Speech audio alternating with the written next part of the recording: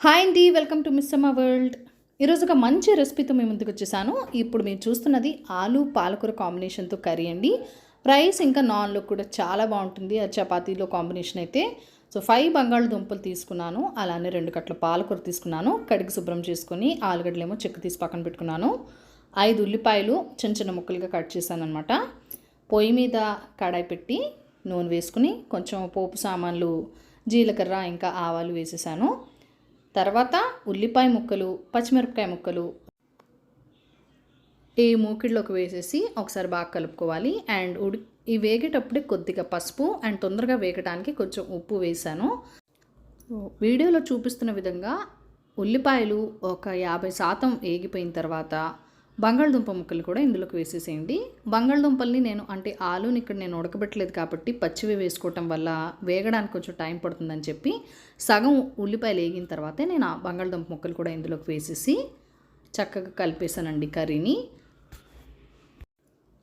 ఇవి వేగేటప్పుడే ఒక 1 స్పూన్ అల్లం వెల్లుల్లిపాయ పేస్ట్ వేసాను. ఒకసారి బాగా కలిపిన తర్వాత ఒక టేబుల్ స్పూన్ ధనియాల పొడి వేసి అలానే కొంచెం కసూరి మేతి కూడా వేసి ఒకసారి కూరని నేను బాగా కలిపేసానండి. చూపిస్తాను చూసేయండి. ధనియాల పొడి ఇంకా కసూరి మేతి వేసాను కదా, అవి వేసి కలిపిన తర్వాత అలా మూత పెట్టి మూత తీసి ఒక 2-3 నిమిషాల తర్వాత ఒక స్పూన్ శనగపిండి వేయండి. పెద్ద టేబుల్ స్పూన్ అయితే, చిన్న స్పూన్ వాడుతున్నట్లయితే 2 స్పూన్ల శనగపిండి వేసి ఒకసారి కూరని ఇలా బాగా కలపండి.